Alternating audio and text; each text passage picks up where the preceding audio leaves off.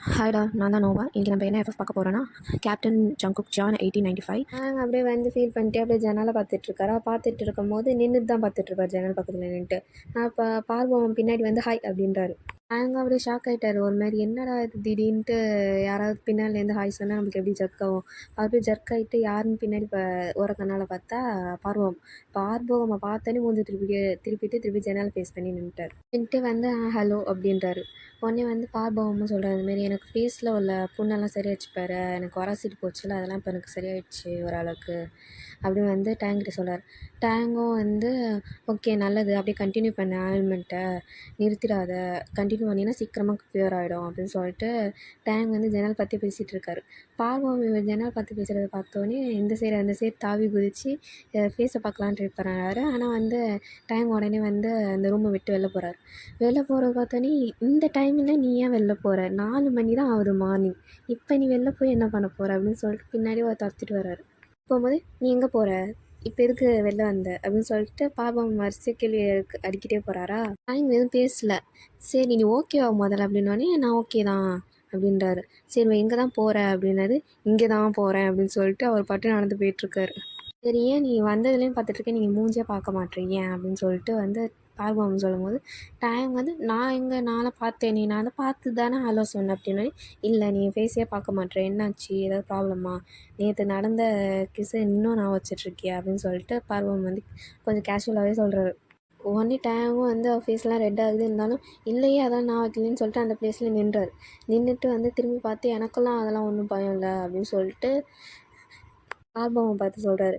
பார்பவம் அப்படியா, அப்போ என்னை பாரு அப்படின்றாரு. டைமும் வந்து ஒரு செகண்ட் பார்க்குறாரு, பார்த்துட்டு அப்படியே வந்து வானத்தை வேடிக்கை பார்க்க ஆரம்பிச்சிட்டாரு. ஏன் உன்னால் என்னை பார்க்க முடியல அப்படின்னு சொல்லிட்டு பார்வம் கேட்டோடனே அதெல்லாம் ஒன்றும் இல்லைன்னு சொல்லிட்டு மழுப்பிட்டார். அப்படியே வந்து இந்த ட்ரைனிங் பண்ணுற இடத்துக்கு போய் 2 பேரும் ட்ரைனிங் பண்ணிட்டு இருக்காங்க. ஒரு மதியானம் வரைக்கும் ட்ரைனிங் பண்ணுறாங்க. ட்ரைனிங் பண்ணிகிட்ருக்கும் போது இந்த சோல்ஜர்ஸ்லாம் ஃப்ரெண்ட்ஸ் இருப்பாங்களே, அவங்களாம் சொல்கிறாங்க இந்தமாரி வந்து அமெரிக்கன் சோல்ஜர்ஸ்லாம் வராங்க, நம்மக்கிட்ட வந்து பேசுவாங்க, பிளாஸா வரைக்கும் வருவாங்க, அந்தமாரி வந்து பேசிகிட்டு இருக்காங்க. இது வந்து டேங்க் கிட்ட வந்து பர்டிகுலராக சொல்லல, ஆனால் டேங்க் அதில் விழுந்துச்சு. உடனே வந்து டேங்க் வந்து ஜங்குக்கு ஞாபகம் வந்துச்சு. ஏன்னா ஜங்குக்கு வந்து அமெரிக்கனால் தானே சாகப்படுவார். அதனால் அதை யோசிச்சுட்டு ஐயோ இப்போ என்ன எப்படி இருக்காரு அப்படின்னு சொல்லிட்டு உட்காந்து ஃபீலிங் பண்ணிகிட்ருப்பாரு. அந்த டைம்லேயே வந்து ட்ரெயினர் வந்து சொல்கிறாங்க, இந்தமாரி எல்லா சோல்ஜர்ஸும் வந்து ஒன்று கூடுங்க, இந்தமாரி வந்து அமெரிக்காலேருந்து வந்து சோல்ஜர்ஸ்லாம் வந்திருக்காங்க அப்படின்னோடனே எல்லா சோல்ஜர்ஸும் வந்து அப்படியே லைனில் நிற்கிறாங்க. லைனாக நிற்கும்போது அந்த அமெரிக்கன் சோல்ஜர்ஸோடு வந்து ஜென்ரல் கிம்மும் நிற்கிறாரு. அதாவது வந்து டேங்கோட அப்பா அவரும் நிற்கிறாரு. அதை பார்த்தோன்னே டேங்கு செம கடுப்பு, என் அப்பனே இதெல்லாம் பண்ணுறானே அப்படின்னு சொல்லிட்டு செம்ம கடுப்பில் நின்றுட்டுருக்காரு. ஜென்ரல் கிம் சென்டரில் நின்றுட்டுருக்காங்கன்னா ரைட்டில் ஒரு அமெரிக்கன் சோல்ஜர், லெஃப்ட்டில் ஒரு அமெரிக்கன் சோல்ஜர் நின்றுட்டுருக்காங்க. இங்கே வந்து அமெரிக்கன் சோல்ஜர் வந்து ஸ்பீச்லாம் கொடுக்குறாங்க, ஜென்ரல் கிம் ஸ்பீச்லாம் கொடுக்குறாங்க. உங்களோட சோல்ஜர் பவர் ரொம்ப அதிகமாக இருக்குது, பார்க்கவே ரொம்ப ஆசமாக இருக்குது அப்படின்னு சொல்லிட்டு ஒரு 4 வார்த்தை வந்து அப்படியே தேன் போல் பேசிட்டு அதுக்கப்புறம் எல்லோரும் வந்து உங்கள் வேலையை பாருங்கள் அப்படின்னு சொல்லிட்டு அனுப்பி விட்றாங்க. எல்லோரும் அதுக்கப்புறம் அவங்கவுங்க ஒர்க்கை பார்த்துட்டு இருக்கும்போது ஜென்ரல் கிம்மு மட்டும் வந்து அவங்க பிள்ளைய கூப்பிட்றாரு. அதான் டேங் கூப்பிட்றாரு. டேங்கும் வராரு. வந்தோடனே வந்து அமெரிக்கன் சோல்ஜர்ஸ் 2 பேர் இருப்பாங்களா, அவங்கக்கிட்ட வந்து இன்ட்ரடியூஸ் பண்ணுறாரு. இதான் என் பையன் கிம் டயோங், இவன் வந்து இங்கே தான் வந்து சோல்ஜராக இருக்கான், இன்னும் ஒரு 5 நாளில் வந்து இந்த இதை முடிச்சு விட்ருவான், இந்த ட்ரைனிங்கை முடிச்சிருவான் அப்படின்னு சொல்லிட்டு ஜென்ரல் கிம் வந்து சொல்கிறாரு. அதுக்கு வந்து இந்த அமெரிக்கன் சோல்ஜர்ஸும் ஓ அப்படியா சூப்பர் அப்படின்னு சொல்லிட்டு 2 பேரும் வந்து ஹேண்ட் ஷேக் பண்ணிட்டு அப்படி பேசிகிட்டு இருக்காங்க. டேங்க் வந்து அங்கே பேசி ஒரு மாதிரி ஆக்வர்டாக இருக்குது, அவங்களோட வைபு ஏதோ அவனுக்கு செட் ஆகலை, அதனால் அவன் முடிச்சுட்டே இருக்கான். அப்படியே வேடிக்கை பட்டு நின்றுருக்கும் போது அந்த அமெரிக்கன் சோல்ஜர் பார்த்தா அவங்கக்கிட்ட வந்து 5 ஸ்டார் இருக்குது. அந்த விட்ருக்கும்ல அதை பார்க்கும்போது 5 ஸ்டார் இருக்குது. அதை பார்த்தோன்னே எனக்கு ஷாக் ஆகிடுச்சு. ஏன்னா 5 ஸ்டாரா, அது ஹையர் பொசிஷனில் அப்படின்னு சொல்லிட்டு அப்படியே அந்த ஸ்டாரே உத்து பார்த்துட்டு இருக்கும்போது எங்கேயோ பாம்பு அடித்த மாரி ஒரு சத்தம் கேட்குது. அதாவது ரொம்ப எக்ஸ்ப்ளோஷன் ஆகி வெடிக்கிற மாதிரி சத்தம் கேட்குது. அதை பார்த்தோன்னே வந்து எல்லா சோல்ஜரும் ஓட ஆரம்பிச்சிட்டாங்க, என்னாச்சுன்ட்டு. இந்த ட்ரைனிங் கேம்ப் இருக்கிற இடத்துலேயே வந்து பக்கத்துலலாம் வந்து ரோடு அந்த மாதிரி தானே இருக்கும். இவங்க நடத்துகிறதுல ஃபாரஸ்ட்டில் இல்லை, ட்ரைனிங் கேம்பில் தான் இருக்காங்க. அந்த பர்டிகுலர் பிளேஸில் பக்கத்தில் இந்த ரோடெலாம் இருக்கும்ல, அந்த பிளேஸ்லலாம் வெடித்து ஒரு மாதிரி பிளாக் சூட்டை போட்ட ட்ரெஸ் போட்டு நிறைய பேர் வந்து இறங்குறாங்க. இறங்கிட்டு வரும்போதே கன்னு அது இதுன்னு வெப்பன்ஸோடு தான் இறங்குறாங்க. அதை பார்த்தோன்னே வந்து எல்லா சோல்ஜர்ஸும் கொஞ்சம் பதறுது. ஏன்னா வந்து இப்போ சோல்ஜர்ஸ்லாம் வந்து நிற்கிறது சும்மா ட்ரைனிங்காக தானே, யார்கிட்டையும் கன்னு எதுவும் இல்லை. அப்படி இருக்கும்போது யாராலையும் எதுவும் பண்ணவும் முடியாது. அதனால் சும்மா வேடிக்கை தான் பார்க்குறாங்களே தவிர அவங்களால எதுவும் பண்ண முடியல. போய் இந்த குழந்தைங்களெல்லாம் வந்து காப்பாற்றுறாங்க. ஏன்னா வந்து அந்த பிளாக் சூட் பீப்புள்ஸ் வந்து வரும்போதே வந்து ஷூட் பண்ணிட்டே தான் வருவாங்க. டயாங்க் அப்படியே ரொம்ப பதறுது. ஏன்னா அவருக்கு கன் ஷூட்டு இந்த மாதிரி விஷயம்லாம் அவளுக்கு அவ்வளோவா வந்து பிடிக்காது. அது மாதிரி செட்டும் ஆகாது. அப்படி இருக்கும்போது கன் ஷூட்லாம் பார்த்தோன்னே ஃபஸ்ட்டு பதறாரு. அதுக்கப்புறம் சரி நம்ம சோல்ஜரு கொஞ்சம் ஸ்ட்ராங்காக இருக்கணும்னு சொல்லிட்டு அவர் கொஞ்சம் திடமாகி எங்கெங்கெல்லாம் வந்து ஆட்கள் வர்றாங்களோ கொஞ்சம் கொஞ்சம் வந்து சோல்ஜர்ஸ்லாம் வந்து சேஃபாக போக வைக்கிறாரு. போக வச்சுட்ருக்கும்போது பார்த்தா அந்த குழந்தைங்கலாம் நிறைய குழந்தைங்க அழுதுகிட்ருக்கு. அந்த சைடு ஓடி போய் பார்த்தா டயாங்கின்னு வந்து ஒரு குட்டி பையன் இருப்பான். அவன் வந்து டயாங்கோட ஃபஸ்ட்டு லைக் எப்படி சொல்கிறது, ஃபஸ்ட்டு டயாங்கும் கேப்டன் ஜியானும் வந்து ராட்டினம் சுற்றிருப்பாங்க. அவங்களோட ஃபஸ்ட்டு டேட்டு. அப்போ ஃபஸ்ட் கிஸ் அடிச்சிருப்பாங்க. அடிச்சுட்டு ஃபீலிங்கோடு வந்துட்டுருக்கும் போது இந்த டயாங்க்கும் அப்புறம் வந்து ஜிமினும் வந்து இந்த பன்னு வேணும்னு சொல்லிட்டு, காசு இல்லை பன்னு வேணும்னு சொல்லிட்டு ரெண்டு பேரும் பேசிகிட்டு இருக்கும்போது டயாங் தான் வந்து பன் வாங்கி தந்து அவங்க கூட பேசிகிட்டு இருந்திருப்பாங்க. அந்த பையன் தான் இந்த பையன். அந்த பையன் வந்து டேங்க் ஃபஸ்ட்டு பார்த்தோன்னே எங்கேயோ பார்த்த மாதிரி இருக்கேன்னு தோணுது. அதுக்கப்புறம் ஞாபகம் வந்துச்சு, ஓ இந்த பையன் தான் அன்றைக்கி பன்னு வாங்கி கொடுத்தோமே அந்த பையன் அப்படின்னு சொல்லிட்டு ஞாபகம் வருது. அந்த பையன் வந்து டேங்க் பார்த்த உடனே என்னோடய ஃப்ரெண்டுக்கு வந்து நெஞ்சில் வந்து கன் ஷாட் வந்துடுச்சு, அவன் காணும் எங்கே போனான்னு தெரில அப்படின்னு சொல்லிட்டு அவன் அழுக ஆரம்பிச்சிட்டான். ஒரு மாதிரி என்ன சொல்கிறேன்னே தெரில. அந்த ஒரு கவலையின் உச்சத்துக்கு போயிட்டார் அப்படியே. வந்து எல்லோரையும் வந்து டாக்டர்கிட்ட சேர்த்துட்டு அவங்க டாக்டர் எல்லாம் பார்த்துப்பாங்கன்னோடனே திருப்பி ட்ரைனிங் கேம்ப்க்கே வரப்போ வந்து பார்த்தா ஒரே டெட் பாடியாக கிடக்குது எல்லா ப்ளேஸ்லேயும். அதுவும் வந்து ட்ரெயினீஸ் வந்து இங்கே ட்ரைனிங்க்காக வந்திருப்பாங்கள்ல சோல்ஜர்ஸு, அவங்களே வந்து பாதி பேர் செத்து கிடக்குறாங்க. அதை பார்த்தோன்னே வந்து இந்த சோல்ஜர்ஸ்லாம் இருப்பாங்கள்ல, ஹை எக்ஸ்பீரியன்ஸ்டு சோல்ஜர்ஸ், அவங்களும் வந்து இந்தமாரி வந்து நம்ம இறுதி மரியாதை செலுத்தலாம், மௌன அஞ்சலி செலுத்தலாம்னு சொல்லிட்டு எல்லோரையும் கம்முன்னு நிற்க வைக்கிறாங்க. அது மட்டும் இல்லாமல் இன்றைக்கி உங்களுக்கு யாருக்கும் ட்ரைனிங் கிடையாது, ட்ரைனிங் கேன்சல்னு சொல்லிட்டு எல்லோரும் ரூம் அனுப்பி விட்றாங்க. ரூமுக்கு அனுப்பி விட்டோன்னே வந்து டேங் அப்படியே படுத்துட்டார். படுத்துட்டு இன்றைக்கி நடந்த எல்லா விஷயத்தையும் யோசிச்சு பார்க்குறாரு. இன்றைக்கி எத்தனை பேர் இன்றைக்கி நடக்கிறதுக்கு முன்னாடி வரைக்கும் சிரித்து பேசிக்கிட்டு இருப்பாங்க, திடீர்னு வந்து ஒரு கருப்பு சட்டை போட்டு வந்து எல்லோரையும் வந்து அடித்து நொறுக்கிட்டாங்களே அப்படின்னு சொல்லிட்டு அந்த கவலையில் இருக்கார். சப்போஸ் அந்த கருப்பு சட்டைக்காரங்க வந்து நம்மளையும் வந்து கன் ஷாட் பண்ணி சாகடிச்சிருந்தா நம்மளுக்காக யாரெல்லாம் அழுவாங்க அப்படின்னு சொல்லிட்டு யோசிச்சுட்ருக்காரு. ஏன்னா வந்து அந்த கன் ஷாட் பட்டு இந்த நிறைய பேர் செத்துலாம் போயிருப்பாங்களே, அதாவது ட்ரெயினிஸ் செத்து போயிருப்பாங்க. அவங்களுக்காக வந்து அவங்க பேரண்ட்ஸு அவங்களாம் வந்து நிறைய பேர் ஒப்பாரி வச்சு அழுதுருப்பாங்க. அது அப்படியே டைம் மைண்டில் அப்படியே வந்து நான் ஸ்டாப்பாக ஓடிட்டே இருக்குது, எப்படி அழுதாங்க அப்படின்னு சொல்லிட்டு மெமரியில் ஓடிட்டே இருக்குது. அதை பார்த்தோன்னே டேங்க் ஒரு மாதிரி ரொம்ப கவலையாக போயிடுச்சு. எனக்கு தெரியும், ஆல்ரெடி தெரியும் இந்த மாதிரி தான் வந்து நடக்கும், பாஸ்ட் கொஞ்சம் ட்ராஜடியாக தான் இருக்கும்னு தெரியும். ஆனால் இது கண்ணு முன்னாடி எல்லாம் நடக்குது அப்படின்னும் போது இவரால் கொஞ்சம் எப்படி சொல்கிறது, ஜங்குக்கை ரொம்ப மிஸ் பண்ண ஆரம்பிச்சிட்டாரு. இந்த டைமில் வந்து அவர் இருந்தால் கொஞ்சம் ஒரு மாதிரி மாரல் சப்போர்ட்டாக இருந்திருப்பார், கொஞ்சம் வந்து எமோஷ்னலாக கொஞ்சம் வந்து வீக்காகாமல் ஒரு மாதிரி ஸ்ட்ராங்காக பிடிச்சி வச்சுருப்பாரு அப்படின்னு சொல்லிட்டு ஜங்குக்கை மிஸ் பண்ணுறேன்னு சொல்லிட்டு செவுத்துக்கிட்ட சீலிங்கிட்ட சொல்லிகிட்டு இருக்காரு, மிஸ் யூ ஜங்குக் அப்படின்ட்டு. அப்படியே வந்து அந்த சீலிங்கே பார்த்துட்டு டேங்க் வந்து ஜங்குக் வந்து ஒரு பெண்டன்ட் மாதிரி கொடுத்துருப்பாரு, இந்த நெக்லஸ் பெண்டன்ட்டு. அதே கையில் பிடிச்சிட்டு வந்து யோசிச்சுட்ருக்காரு, நீங்கள் வருவீங்களா என்னென்னலாம் எனக்கு தெரியாது, ஏன்னா பாஸ்ட்டை பொறுத்த வரைக்கும் நீங்கள் வரமாட்டீங்கன்னு எனக்கு நல்லா தெரியும். இருந்தாலும் சப்போஸ் பாஸ்ட் சேஞ்ச் ஆகி நம்ம ரொம்ப நாள் இருந்தோம்னாலும் பரவாயில்ல, இல்லாமல் போனாலும் பரவாயில்ல, என்னோடய எண்டிங் வரைக்கும் இந்த நெக்லஸ் என் கழுத்தில் தான் இருக்கும் அப்படின்னு சொல்லிட்டு அந்த பெண்டன்ட்டே பிடிச்சி பார்த்துட்ருந்தார். பார்த்துட்டு அதே கிஸ் பண்ணிவிட்டு அப்படியே விட்டுடுறாரு. அப்படியே விட்டுட்டே சீலிங் பார்த்துட்ருக்கும்போது திடீர்னு யாரோ வந்து டேங் கத்திட்டு வராங்க. வந்தோடனே வந்து டக்குன்னு திரும்பி பார்க்குறதுக்குள்ள டேங் வந்து கட்டி பிடிச்சிடுறாங்க. பிடிச்சி வந்து டேங் அப்படின்னு நீ ஓகேவா அப்படின்னு கேட்கும்போது டேங்க் புரிஞ்சுது, ஓகே இது பார்பவம் அப்படின்னு சொல்லிட்டு. உடனே வந்து எனக்கு ஒன்றும் இல்லை, ஏன் என்னாச்சு அப்படின்னு சொல்லிட்டு பார்பவம் பார்த்தா பாவம் குழந்த கண்ணு முழுக்க வந்து வீங்கி போய் கண்லேருந்து அப்படியே தனித்தனியாக ஊற்றிருக்கு. டேங் கேட்குறாங்க, என்னாச்சு உன் கண்ணுக்கு ஏன் அப்படி வீங்கி போய் கிடக்குது, ஏன் என்னாச்சு அழுதியா அப்படின்னு சொல்லிட்டு டேங் கேட்டோன்னே ஆர்வமும் சிரிச்சிட்டு, நான் இதுக்கு அழுக போகிறேன், எனக்கு ஒன்றும் இல்லை, நான் சும்மா தான் அது தெரியாதனமாக கண்ணில் தூசி பட்டிருக்கோம் அப்படின்னு சொல்லிட்டு ஒரு அவரும் பக்கத்துலேயே உட்காந்துட்டு அப்படியே வானத்தை வேடிக்கை பார்த்துட்டு இருக்காங்க. அப்படியே கொஞ்ச நேரம் பார்த்தோன்னே டேங் அப்படியே லெஃப்ட் சைடில் திரும்பி பார்க்குறாரு பார்பவங்க. பார்த்துட்டு, நீ அழுதினா தானே வந்து 2 சைடு கண்ணமும் வீங்கும்.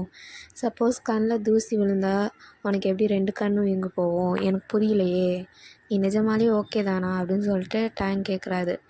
அதுக்கு பார்பவமும், இல்லை நான் ஓகே தான், எனக்கு ஒரு ப்ராப்ளமும் இல்லை அப்படின்னோடனே டேங் வந்து திரும்பி பார்த்துட்டு, நான் கேட்க ரெடியாக தான் இருக்கேன், உனக்கு ஏதாவது ப்ராப்ளம்னு நீ சொல்லலாம் அப்படின்னு சொல்லிட்டு டேங் சொல்கிறாரு. ஆர்வமும் வந்து டேங் கொஞ்ச நேரம் அப்படியே மேலே பார்க்குறாங்க டேங்கோட ஃபேஸையே பார்த்துட்டு அப்படியே திரும்பி உட்கார்றாரு. உடனே டேங் ஏஞ்சி உட்காந்துடுறாங்க. அந்த ப்ளேஸில் படுத்திருந்தாங்களே ஏஞ்சி உட்காடுறாங்க. உட்காந்துட்டோன்னே லைட்டாக வந்து பார்வம் வந்து விசிங்கி விசிங்கி அழுக ஆரம்பிச்சிட்டாரு. உடனே டேங்க்கு புரியுது, சரி ஒரே ரொம்ப ப்ரெஷரில் இருப்பான் போல் அப்படின்னு சொல்லிட்டு புரியுது.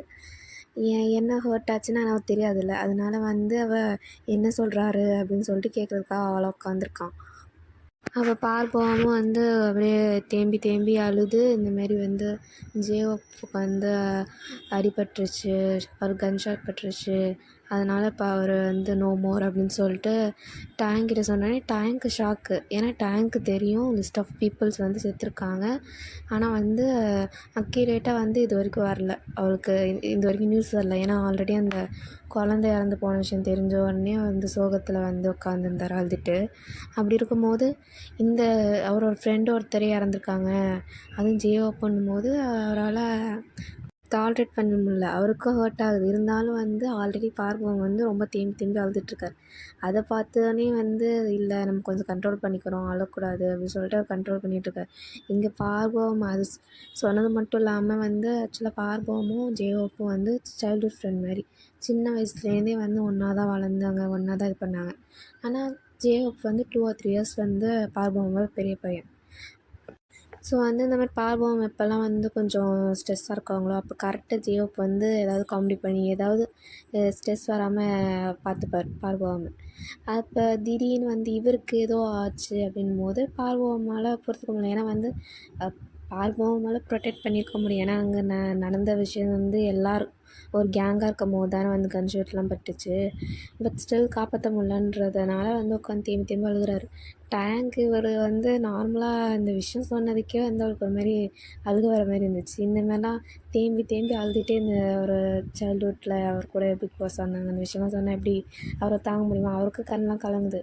இருந்தாலும் சரி நம்ம தான் இப்போ ஸ்ட்ராங்காக இருக்கணும் அப்படின்னு சொல்லிட்டு பார்ப்பவமோட பின்னாடி இப்போ அப்படியே பேட் பண்ணிகிட்ருக்காரு. இந்தமாதிரி ஒன்றும் இல்லை, நான் இருக்கேன், ஃபீல் பண்ணாதன்னு சொல்லிட்டு பார்பவமோட பின்னாடியே தட்டிகிட்ருக்காரு. தட்டிட்டு அப்புறம் கொஞ்ச நேரம் அப்படியே 2 பேரும் ரிலாக்ஸ் பண்ணிகிட்டு இருக்கும் போதே டேங்க் சொல்கிறாங்க இந்தமாரி, ஐயோ எனக்கு இன்னொரு வேலை இருக்குது, கொஞ்சம் என்னை வந்து ஒரு ப்ளேஸ்க்கு ட்ராப் பண்ணுறியா அப்படின்னு சொல்லிட்டு டேங்க் வந்து பார்பவம் கிட்ட சொல்கிறாரு. அதுக்கு பார்பவமும் சரி போகலாம் அப்படின்னு சொல்லிட்டு பார்பவம் வந்து டேங்க் வந்து இந்த ஜிம்மின் வந்து சைல்டுஹுட் ஜிம்மின்ற குழந்த ஜிம்மின் இறந்து போயிருப்பார்ல, அவங்க வீட்டுக்கு விட்டுருப்பாங்க வண்டியை. டேங்கும் வந்து உள்ளே போகிறாங்க. நிறையா ஆல்ரெடி அவங்க ரிலேட்டிவ்ஸ்லாம் வந்து இறுதி மரியாதைக்கு ஒரு ஃப்ளவர் வைப்பாங்களா, அதெல்லாம் வச்சுருக்காங்க. அதை பார்த்துட்டே வந்து அவர் வீட்டுக்குள்ளே போகிறாரு. வீட்டுக்குள்ளே போனோடனே அவங்க அம்மா தேம்பி தேம்பி அழுதுட்ருக்காங்க.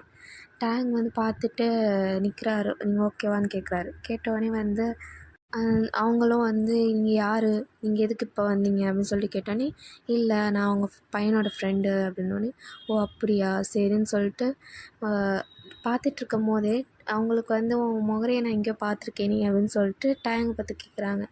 என்னோடய ஃபேஸா அப்படின்னு சொல்லிட்டு டேங் வச்சிட்ருக்காரு. உடனே அந்த அம்மாவும், நீ வந்து கேப்டன் ஜியானுக்கு சப்போர்ட் பண்ணுற ஆள் தானே நீ அப்படின்னு சொல்லிட்டு சொல்கிறாரு. சொன்னோடனே அந்த வீட்டில் வந்து நிறையா ரிலேட்டிவ்ஸ்லாம் இருப்பாங்களே, எப்படி இருந்தாலும் வந்து இந்த மாதிரி ஆயிடுச்சுன்னா வந்திருப்பாங்க.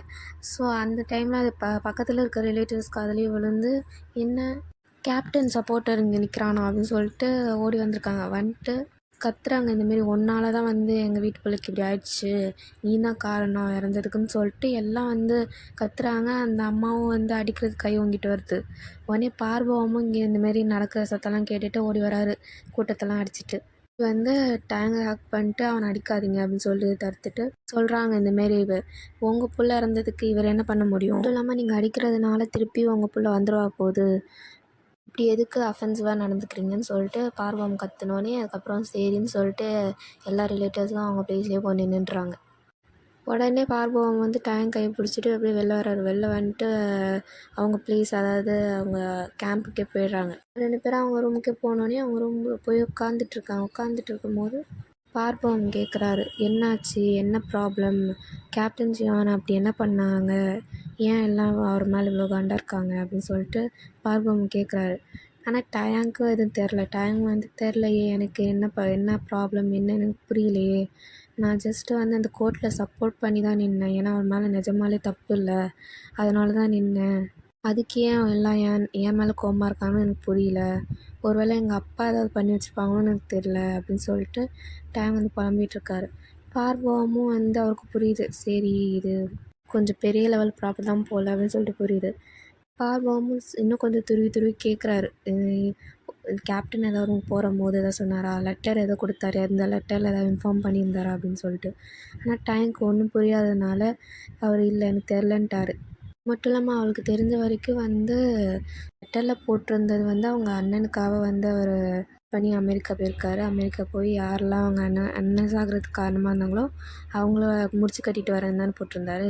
மேபி அதோட ரிலேட்டாக இருக்குமோ அந்த வேறு கன்ஃபியூசன். அதனால வந்து அவங்ககிட்ட அவர் எதுவுமே ஷேர் பண்ணல. இந்தமாரி லெட்டரில் எதாக இருந்துச்சுன்னா ஷேர் பண்ணல. அது மட்டும் இல்லாமல் அவங்கக்கிட்ட ஷேர் பண்ணால் ஃப்யூச்சர்லேருந்து வந்திருக்கு அதெல்லாம் டீட்டெயிலாக சொல்லணுன்றதுனால, இல்லை எனக்கு எதுவும் தெரியல, கொஞ்சம் நான் போய் ரெஸ்ட் எடுக்கிறேன், என்னால் முடியல, மண்டைலாம் வலிக்குது அப்படின்னு சொல்லிட்டு டேங் வந்து அவர் ரூமுக்கு போயிடுறாரு. பார்வமும் சரின்னு சொல்லிட்டு அப்படியே படுக்கிறாரு பெட்டில்.